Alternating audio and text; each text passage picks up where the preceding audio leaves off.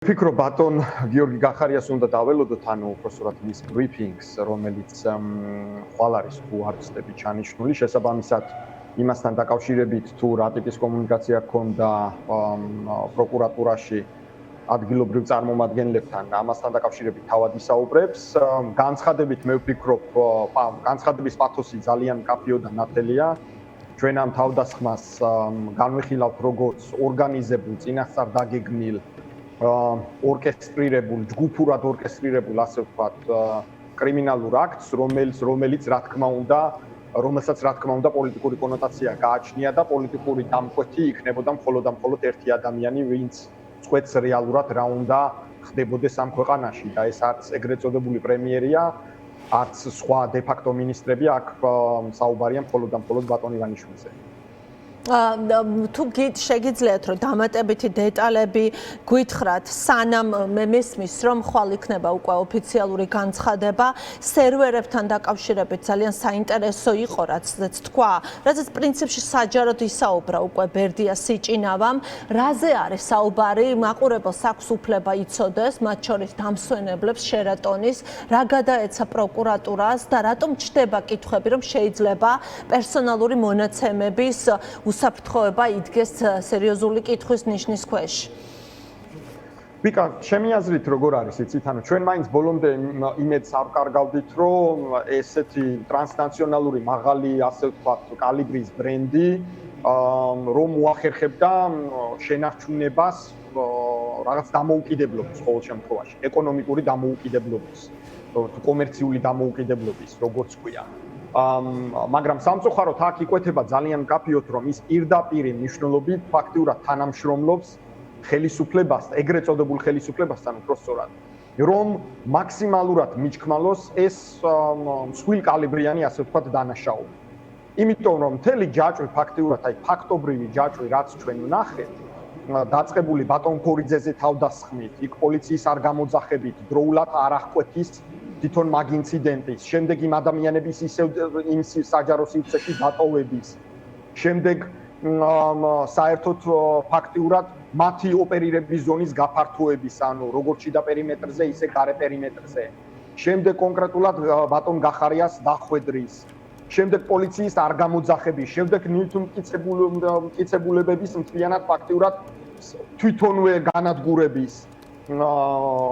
შემდეგ უკვე ამ კამერების ჩანაწერების გადამოალვის, შემდეგ მთლიანად ამ დაბნეულობის, ანუ რა უნდა ეკნათ, დროის გაწელვის და საბოლოო ჯამში ფაქტიურად როგორც აი პროკურატურას გააკეთებინეს ამ CSKOS მონაცემთა ბაზაზე რომ თითქოს და ესე იგი უნდა გადაფარებოდა და მთლიანად წაეღო ესე იგი საკუთარ დახურულ ბუდეში, ზუსტად იგივე სცენარია მოქმედებს ამასთან დაკავშირებითაც. ანუ იმის ნაცვლად რომ მაღალი საზოგადოებრივი ინტერესიდან გამომდინარე რომ საზოგადოებისთვის ეჩვენებინათ არაფრაგმენტირებული ხელოვნურად დაჭრილი სპეციალურად შექმნილი მისინფორმაცია ასუსვამ ამას რომ ქვეცნობიერში ადამიანების გონებებში ყოფილიყო აბსოლუტურად მცდარი აღქმები და წარმოდგენები მსხვილ კალიბრიან დანაშაულზე რეალურად ამის ნაცვლად ფაქტიურად დრო გაწელეს და შემდეგ ესე იგი ნებიერად როგორც ბატონი ბიძინა იყო და ჩააბარეს ეს ვიდეო მტკიცებულებები თავის სერვერიანად ამავდროულად არ დაგავიწყდეთ მარტო მტკიცებულებები კი არა ვიდეო ფაილები ამავდროულად მთლიანად სერვერი გადაულოცეს პროკურატურას. ეხლა არ გჭირდება ადამიანი იყო გენიოსი რაღაც საბაზისო საგამოძიებო პროცედურებში რომ აქვე იკვეთება ესე თუ ესეთი მართლები და მაგრები იყავით თქვენ კაი ხო მაშინ რაღაც მალავდით ხო ანუ თქვენი ვერსია ხო შემოგთავაზეთ იმედის მეშვეობით ანუ პარტია ქართული ოცნება/იმედის მეშვეობით ხო ანუ და ეს საზოგადოებას მთლიანად გაეგო სიმართლე გახარიაზეც არ არის ხო ანუ საუბარი მიუხედავად იმისა რომ გიორგი გახარია ანუ ყოფილი პრემიერ-მინისტრია და განა რამდენ ყოფილ პრემიერ-მინისტრს ესხმიან თავს საქართველოში ბოლო 30 წლის განმავლობაში ხო ანუ და განა ეს რამდენი ყოფილი პრემიერ-მინისტრი ამათივე პარტიის წევრი და ნომერ პირველი პარტიული სიის ნომერ პირველი ყოფილა 2020-ის არჩევნებზე რომლის მეშვეობითაც დღემდე ხელისუფლებაში ყოფილა ხო უბრალოდ სამართლიანობა უსამართლობაზე გვაქვს აქ საქმე ხო ხდები მე იმ ვიგინდარებზე არც ამაქვს საუბარი რომლებიც ვერც კი ბედავენ მათ შორის ანუ ცხვირის გამოყოფას რომ რამე არ წამოაცდებინონ ჟურნალისტებმა, სხვათა შორის რომ შემდეგ მათი წამოწდენილი მათვისავე წინააღმდეგ არ იყოს გამოყენებული ნორმალურ სასამართლოში. როდესაც მივალთ აქამდე. მაგრამ ამ ადამიანებმა კარგად იციან საბოლოო ჯამში, რომ სანამ ეს დე-ფაქტო ხელისუფლება არის, ხელისუფლებაში შეიძლება ინავარდონ. მაგრამ ისინი რომ ხელისუფლებაში აღარ იქნებიან, სამართალი იმაზე სწრაფად დაეწევა თითოეულ მათგანს, ვიდრე მათ წარმოუდგენიათ. როგორც ქვეყნის შიგნით, ისე ქვეყნის გარეთ სხვათა შორის. სხვათა შორის, რასაც ვერ ვიტყოდი შერატონზე, იმიტომ რომ ამ ხელისუფლების პირობებშიც კი არ უნდა იყოს მშვიდად სასტუმრო, რომელიც მომხმარებელზეა დამოკიდებული. ჩვენ ყველას გვაქვს ეს განცდა და მეც მინდა თქვენ კითხოთ ბატონ კახა, რა მაგალითად, როდესაც ჩვენ საუბრობთ, რომ სასტუმროს მენეჯმენტი იღებდა მონაწილეობას, ეს არის სერიოზული ბრალდება. თქვენ აი მაგალითად ერთი მაგალითიც ახსენა სიჭინავამ, როდესაც 4 წუთში გამოცხადდა მშვიდობიანი დემონსტრაციის შემდეგ პოლიცია სასტუმროს ტერიტორიაზე და დაახლოებით 1 საათი დასჭირდა ბათუმში თან არ ვიცი თვითონ ბათუმის ლოკაცია თუ არ არის ეს ისეთი ქალაქი რომ სწრაფად არ გამოჩენილიყო თუნდაც პოლიცია საპატრულო ეკიპაჟი ყოველ რამოდენიმე მეტრში დგას ბათუმში მაგრამ ნუ აი ამას რომ დავანებოთ თავი გვაქვს თუ არა განცდა რომ აი მაგალითად თქვენ როცა ამბობთ რომ თანამშრომლობს ის სასტუმროს მენეჯმენტი თანამშრომლობს სუსთან თანამშრომლობს რეჟიმთან რა გარანტია შეიძლება გქონდეს ჩვენ როგორც აი სად თავდება ეს თანამშრომლობის ხარისხი რა გარანტია შეიძლება გქონდეს ჩვენ რომ მაგალითად არ იყოს მოსასმენი არ ვიცი აპარატურა დაყენებული მათ ნომრებში მათ ოთახებში ვიდეო სათვალთვალო მიყურადება არ იყოს რომ ეს კითხვები ჩნდება მას შემდეგ რაც იმ ყველაფერს მოусმინეთ ჩვენ რასაც ვისმენთ და ის ყველაფერი ვნახეთ რაც ვნახეთ ხო რამოდენიმე კვირა ითხოვთ თქვენ ამ კადრებს და მათ შორის ეკა გიგაური უნდა ვახსენო რომელიც ასევე ითხოვს ამ კადრებს და რა ვიცი საერთაშორისო განცხადებებიც მოყვა ამ ყველაფერთან დაკავშირებით უნდა გქონდეს თუ არა ჩდება თუ არა თქვენთვის ეს კითხვები ბატონ კახა თუნდაც ვიკა ცოტა პროფესიული კუთხიდან გიპასუხებთ მოდი ამ საინტერესო კითხვების ჯაჭვზე ესე იგი სასტუმროში ფარული მეთვალყურეობა ზოგადად შესაძლებელია მას სასტუმროს ნომრის აღჭურვაც შესაძლებელია თქვენ წარმოიდგინეთ ფარული მეთვალყურეობის საშუალებები კამერა იქნება თუ აუდიო აპარატურა იქნება უბრალოდ სამართლებრივად გამართულ გამოძიებას უნდა აწარმოებდე და ავტომატურად შენ რეალურად სასტუმროს ადმინისტრაციასთან წინსწრებად უნდა თანხმდებოდეს სწორედაც აი ამ ფარული აქტიური ღონისძიების ჩატარებაზე. ანუ ეს საერთაშორისო პრაქტიკაა. და მათ შორის ეს სასტუმროც ასე ვთქვათ, რა თქმა უნდა, უსაფრთხოდ გრძნობს თავს სამართლებრივადაც, როდესაც სახელმწიფოს კონკრეტული უწყობები გამართულ ასე ვთქვათ, გამართული ჯანმრთელი გამოძიების ვარკლებში კონკრეტულ ღონისძიებას ატარებს. ეს აპრობირებული პრაქტიკაა, მაგრამ საქართველოში ხო, მაგრამ ჩვენი კონტექსტიდან გამომდინარე ცხადია ისმის ეს კითხვა. მაგრამ პრობლემა ეს არის, დღეს რეალურად აი თქვენ რა მაგალითიც ახსენეთ, რომელზეც ბატონმა სიჭინავამ კაფიოდ ისაუბრა ჩემი აზრით. ნათლად ადასტურებს იმას, რომ ფაქტიურად ერთ შემთხვევაში პოლიცია ფაქტიურად მაშინ როდესაც ბატონ ერთ-ერთ ჟურნალისტზე მანამდე განხორციელდა თავდასხმა ფაქტიურად ესე იგი რეაგირების გარეშე დატოვეს მეტიც ის ადამიანები ანუ წარმოიდგინეთ ვინც თავდასხმა განახორციელეს რამე კი არ უქმნის ანუ საერთაშორისო ბრენდის ასეთი კალიბრის სასტუმროში ანუ პირიქით წყნარად მიაყუჩეს და თვითონ დაზარალებული მსხვერპლი გაიყვანეს წარმოიდგინეთ ანუ თავდამსხმელები კი არ მოაშორეს ანუ მსხვერპლი მოაწილეს ზვიად ქორიძეზეა საუბარი კი ბატონო დიახ, ზვიად ქორიძეზია საუბარი, წარმოიდგინე. მათ შორის აი გახარიას შემთხვევაში იყო თუ არა იქ დაცვა სასტუმროსი, როგორ შეიძლება რომ ასეთ სასტუმროში, ამ ტიპის რეპუტაციის სასტუმროში 12 ადამიანი მოგვარდეს ისე რომ აბსოლუტურად ესე არავინ სასტუმროს დაცვას გულისხმობ, აქაც ალბათ ჩდება კითხვის ნიშნები, არ დაგეხმაროს და არ განარიდოს ეს ხალხი, არ გამოიძახოს თავად პოლიციას არ იყოს მისივე ინტერესებში ეს ყველაფერი. რა თქმა უნდა და ამავდროულად მეცაც გეტყვით მათ უნდა გამოეძახათ პოლიცია, მათ თვითონ სასტუმროს მენეჯმენტს უნდა გამოეძახა პირველ რიგში პოლიცია, მაგრამ როგორც ვიცი, თავად უსაფრთხოების სამსახურის წევრები თავად გაიტაცა სუსის მანქანამ, როგორც მახსოვს, თქვენი გუნდის წევრები ამბობდნენ პირველივე წუთიდან ესიხილეს, როგორც კი მივიდნენ ტერიტორიაზე, სასტუმროს ტერიტორიაზე. ანუ მაგას რომ თავი დავანებოთ, ხალბატონო ვიკა, რეალურად სასტუმროს დაცვის უსაფრთხოების სამსახურიც იქ მხოლოდ და მხოლოდ ერთ კონკრეტულ გეოგრაფიულ ლოკაციაზე კი არ არის, ანუ შიდა პერიმეტრზე ან გარე პერიმეტრზე. ეს მაღალი კალიბრის სასტუმროა, ხო, ანუ ტრანსნაციონალური ბრენდია და რეალურად დაცვის სამსახური თვითონ პირველ სართულზე, ანუ შესასვლელ სართულზე სხვადასხვა პერიმეტრში უნდა იდგეს უსაფრთხოების უზრუნველყოფის თვალსაზრისით. ამის გადამოწმება დღესაც კი შეგიძლიათ სასტუმროში რომ შეხვიდეთ. იქ ერთ კი არა, რამდენიმე დაცვის თანამშრომელს აღმოაჩენთ სხვადასხვა კუთხეში რომ დგას, მათ შორის გარე პერიმეტრზე სხვათა შორის. იმიტომ რომ ასეთი მაღალი ხარისხის და მაღალი კალიბრის სასტუმროების ზოგადად სასტუმროებს ძალიან მაღალი ხარისხის საერთაშორისო სტანდარტი აქვს, მათ შორის უსაფრთხოების.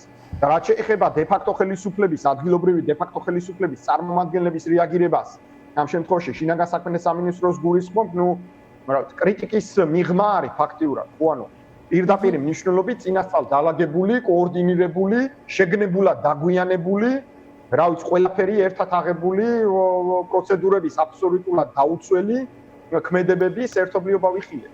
და ეს გვაფიქრებინებს სწორედაც იმაზე, რომ რეალურად ეს ყველაფერი იყო ძალიან წინასწარ დაგეგმილი, კარგად გაწერილი, ასე პროტოკოლურად კარგად გაწერილი კრიმინალური აქტი. და ბოლოს მინდა გკითხოთ, რას ამბობს თავად სასტუმრო? ჩვენ ნახეთ ერთი საჯარო განცხადება, თუ კი მე გამომრჩა ბოდიშს ვიხდი, სხვა განცხადება მე არ მომისმენია, ბათუმის შერატონს გულისხმობ. თქვენ რა ტიპის კომუნიკაცია გაქვთ ახლა სასტუმროს მენეჯმენტთან? რა არის მათი პასუხი თქვენს ბრალდებებზე, სერიოზულ ბრალდებებზე და აქვე დავაზუსტებ გაქვთ თუ არა კომუნიკაცია სათა ოფისთან და საინტერესო რა უკავშირია იქიდან. ჩვენ გვაქვს ორი ტიპის კომუნიკაცია ამ მიმართულებით, უпростоრად ქონდა ადგილობრივ მენეჯმენტთან კომუნიკაცია, რომლის ფარგლებშიც ფაქტიურად ჩვენ ასე ვთქვათ, ვიდეო მტკიცებულების სახით მივიღეთ გარანტია, რომ რეალურად სერვერზე არ წაიშლებოდა ეს ვიდეო მასალა და ეს ვიდეო მასალა შეინახებოდა. კი, ნახეთ ეს მენეჯერს გულისხმობთ სასტუმროს, კი ბატონო. თუმცა ჩვენ ამავდროულად შემდეგ ვიხილეთ ის რაც მოხდა და რაზეც უკვე ვისაუბრეთ. მეორე ტიპის კომუნიკაცია, რა თქმა უნდა, ჩვენ გვაქვს ანუ ცენტრალურ ოფისთან და ცენტრალური ოფისი ცხადია, ანუ ამას ძალიან დიდ ყურადღებას აქცევს. იმიტომ რომ მათთვის თითოეული სტუმრის და ამავდროულად იქ არსებულ მათ პერიმეტრზე, მათ ასე ვთქვათ, შენობაში არ განვითარებული მოვლენები არა მარტო იქ ადგილობრივ სასტუმროს ეხება, არამედ მთლიანად ბრენდის მთლიანად საერთაშორისო ბრენდს ეხება, ხო ანუ?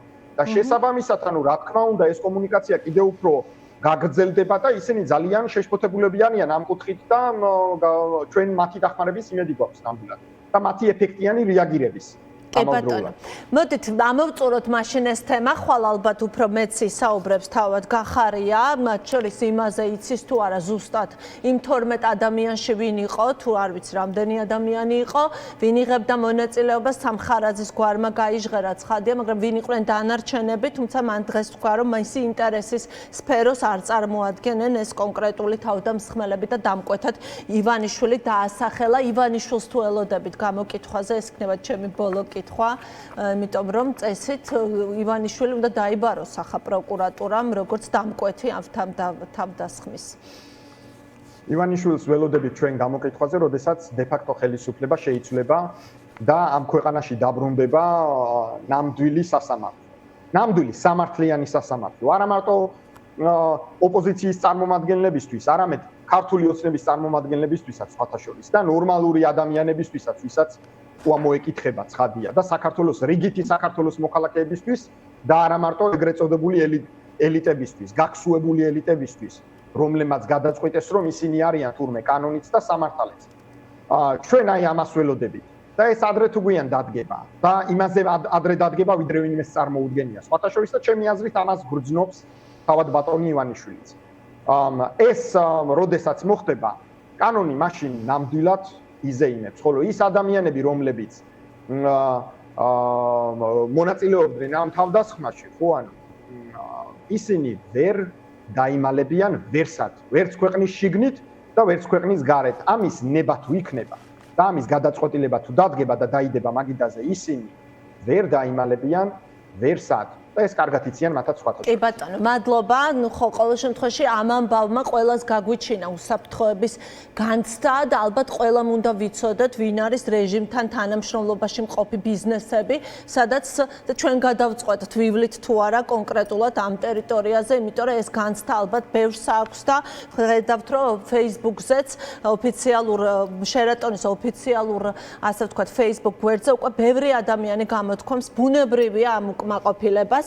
მადლობა და სხვათა შორის ევროპარლამენტი მე მინდა რომ გუშინ ეს кейსი და ეს შემთხვევა ეს თავდასხმა გუშინ იყო ასე ვთქვათ ევროპარლამენტში დებატების ახალი შინაარსი შესძინა ამ დებატებს იმიტომ რომ საუბარი იყო ასევე თავდასხმაზე გახარიას წინააღმდეგ საუბარი იყო მზია ამაღლობელზე წინა რეზოლუციიდან განსხვავებით ეს ახალი სიახლეები დამძიმებული მძიმე ფაქტები წარიმართა მთელი ეს დისკუსია მე მინდა ამის შესახებაც კითხოთ, რა მოვისმინეთ გუშინ და აქვე შეგეკითხებით ასევე ძალიან მნიშვნელოვანია, რომ არა მხოლოდ ევროპარლამენტარები, არამედ შინაგან საქმეთა მიგრაციის ევროკომისარი უკვე საუბრობს ეუთოოდირზე, მან ახსენა ეუთოოდირის დასკვნა, რას ნიშნავს და არ აღიარების და საუბარი იყო, რაც ყველაზე მნიშვნელოვანია, ხელისუფლების არ აღიარების კონტექსტში ამ დასკვნის შესრულება.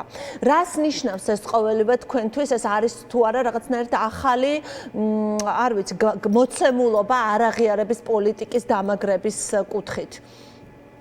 ვიკა ახალი მოცემულობა არის შემდეგი, სხვათა შორის ცოტა ისე ხალისიანად შევხედოთ ამ საკითხს, როდესაც ეგრეთ წოდებული ხელისუფლების წარმომადგენლები ფაქტიურად აი ბოლო რამდენიმე კვირის განმავლობაში ხან სომხეთის წარმომადგენლებს ხვდებიან, ხან აზერბაიჯანის.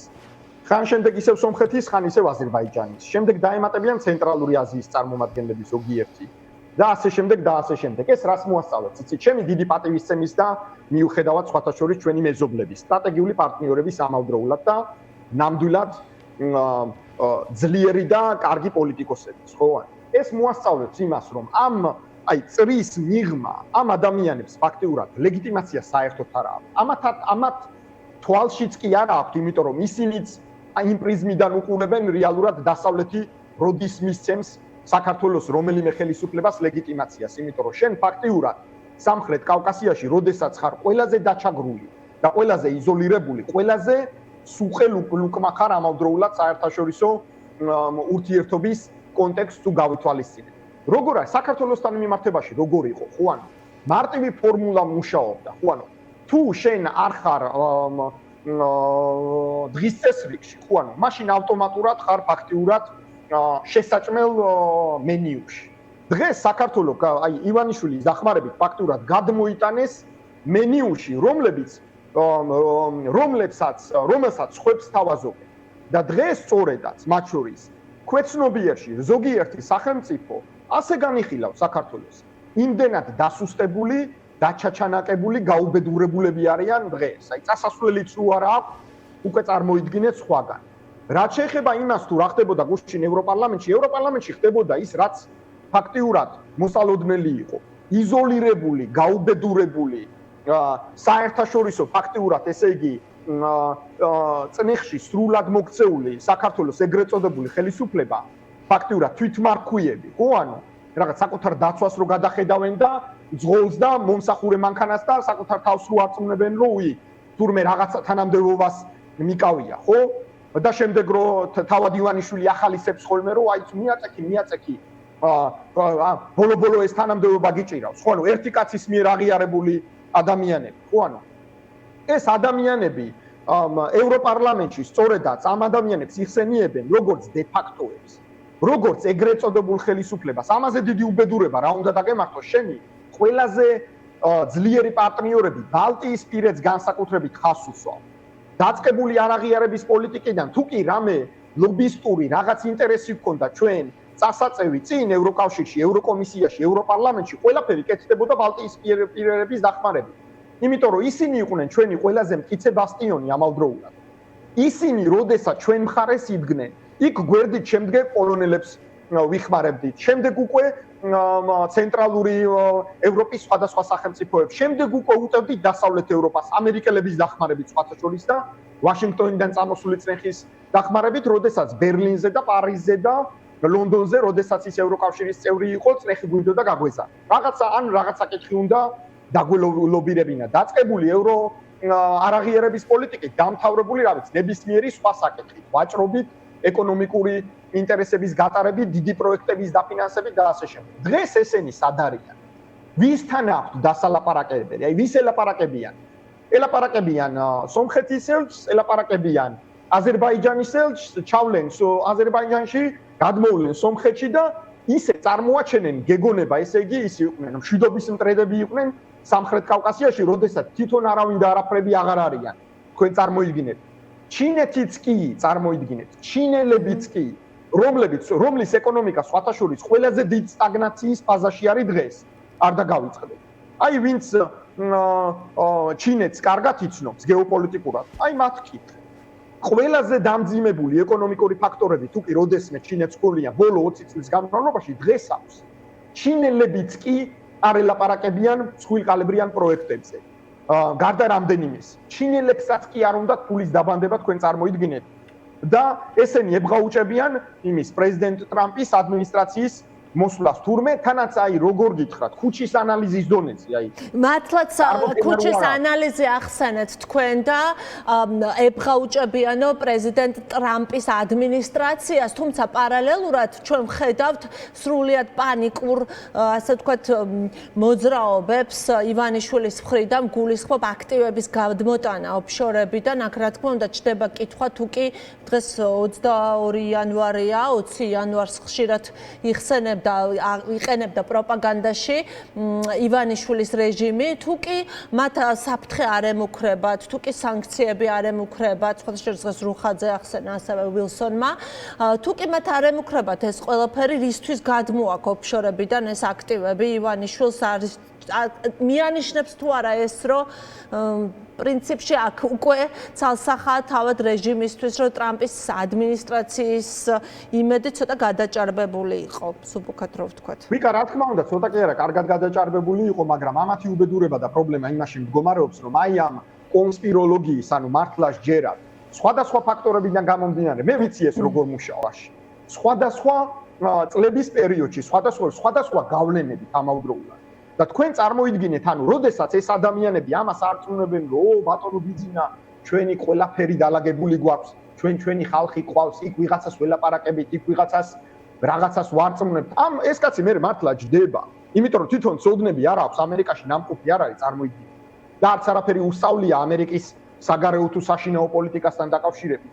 და ამ ყველაფერს იჯერებს. და შემდეგ, ანუ როდესაც კედელს ეჯახება, იმიტომ რომ 180 გრადუსით სხვა რაღაცა ხდება, ფაქტობრივად სხვა რაღაცა ხდება. ხო, ანუ შემდეგ კითხულობს, რომ აი რატო შევედით, რატო მივედით აქამდე და ისინი, ვინც არწმუნებდნენ, რა თქმა უნდა, შემდეგ ამ პრობლემას ისხლეტავენ და აბრალებენ სხვებს.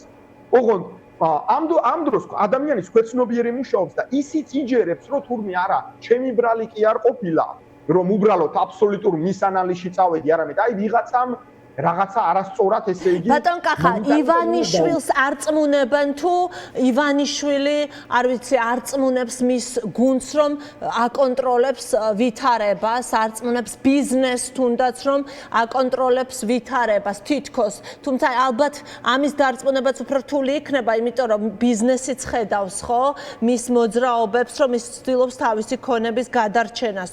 აქ რომ ივანიშვილის ქონებას უჭირს ახლა, ასე რომ სხვა რა თქმა უნდა ბიზნესის სხვა წარმომადგენლებისთვის აქ მოდი კითხვას დავტოვებ, ეს რა სიგნალია, ხო? აი, როდესაც ივანიშვილი თავის ქონების გადარჩენის სპეცოპერაციას იწყებს 31 დეკემბერს, მის მხარდაჭერი ბიზნესმენებისთვის ეს არის გახდება თუ არა მაინც სიგნალი იმისა, რომ სანქციების შიში უნდა გქონდეთ მათ. ვიკა, აი, შინაარსობრივად რო ავხსნა ეს საინტერესო კითხვა, ქართულ ოცნებაში, ხო, ანუ ხო სხვადასხვა შრეები არსებობს, ხო, ანუ ეგრეთ წოდებულ ფეხოსნებს, ანუ აი პარლამენტში, ეგრეთ წოდებულ პარლამენტში ვინც არიან, რომლებსაც საგარეო პოლიტიკა ისე ესმით, როგორც რა ვიცი მე ჩინეთის ფინანსური ბაზრები, ან შეიძლება მე უფრო კარგად მესმოდეს ჩინეთის ფინანსური ბაზრები. ანუ ქვედა დონეს, ქვედა შრეს ფაქტიურად იმას ეუბნებიან, რომ ეხლა ის ბრძენი კაცი ყველაფერს აკონტროლებს და ზედმეტი კითხვები არ უნდა დასვა. იმიტომ რომ იმ კაცს დამტკიცებული აქვს, რომ ყველაფერს აკონტროლებს, იქ ჩვენი ხალხი ყავს სადღაც ჩანერგილი, იქ ამერიკაში ვიღაცას ფული მივეცით, იქ ვიღაცა იქ ევროპარლამენტში რა თქმა უნდა, ქვედა დონეს რაღაც სიღრმისეული ანალიზი ეზარება ამ სიტყვის პირდაპირ მნიშვნელობით და იჯერებს იმას, რასაც ეუბნებიან.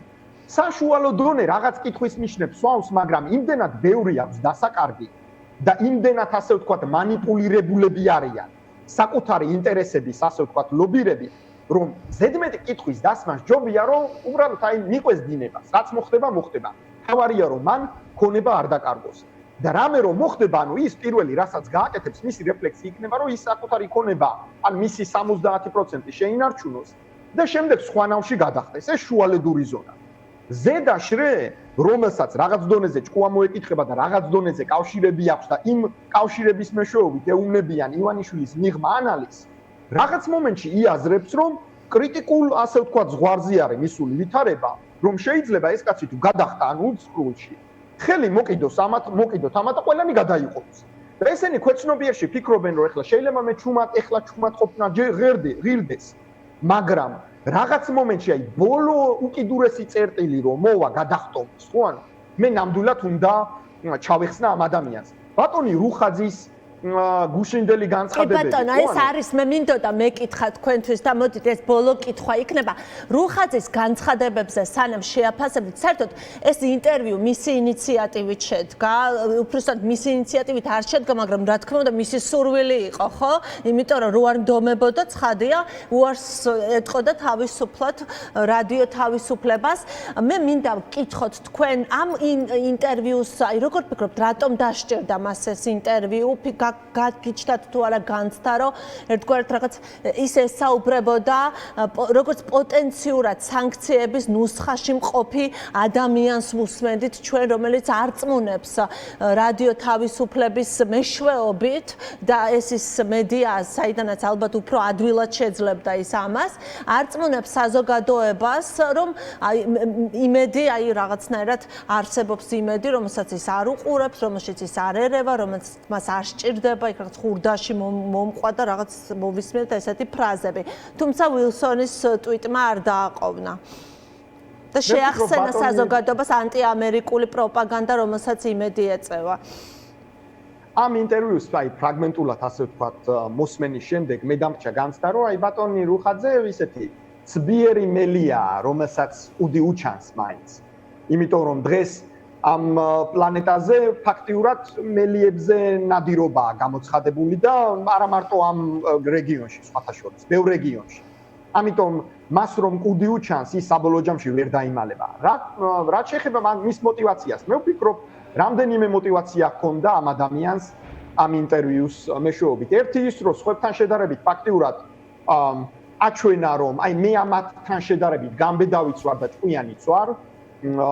რომ მე შემიძლია საუბარი კრიტიკულ მედიასთან, იმიტომ რომ ერთ-ერთი ვერ ბედავს, ხო, ანუ რადიო თავისუფლებასთან კი არა, რა ვიცი, ნებისმიერ სხვა მსხვილკალიბრიან თუ შედარებით მსხვილკალიბრიან მედია პლატფორმებზე ვერ ბედავენ სხვილი შეყოფას, ანუ და რაღაც სერიოზულ საკითხებზე საუბარს, ხო, ანუ ამ ინტერვიუში ჩემი აზრით მან საკუთარი ასე ვთქვათ კალიბრაცია განახორციელა ვიღაცეების თვალში, მათ შორის ივანიშვილის თვალში, მაგრამ ეს გზავნილი ალბათ ყველას შეეხებოდა, ეგერთი მეორე ის ზრუნავს იმაზე, რომ მას არ უნდა დაკარგოს ის, რაც სხვადასხვა ასე ვთქვათ манипуляციების მეშვეობით დღემდე მიიღო და ის ამერიკის მოქალაქე და ამას არ წყალავს.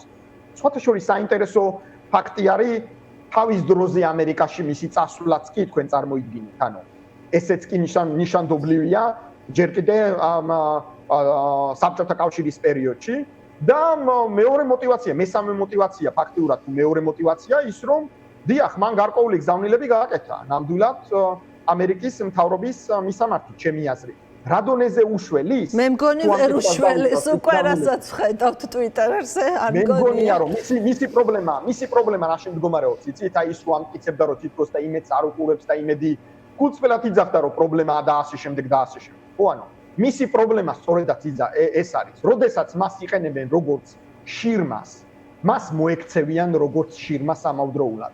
და ვერც ამერიკის პასპორტი უშველის და ვერც სხვა ნებისმიერი პასპორტი, იმიტომ რომ მისი კონტრიბუცია რეალურად მთლიანად აი ამ კოლოსალური აისბერგის შექმნის, დისინფორმაციის, მისინფორმაციის და ადამიანების საზოგადოების ფართო წრეების ერთმანეთთან დაპირისპირების არის ძალიან ტიტანური, ძალიან დიდი და ამისთვის ის ნამდვილად დარწმუნებული ვარ რომ აგებს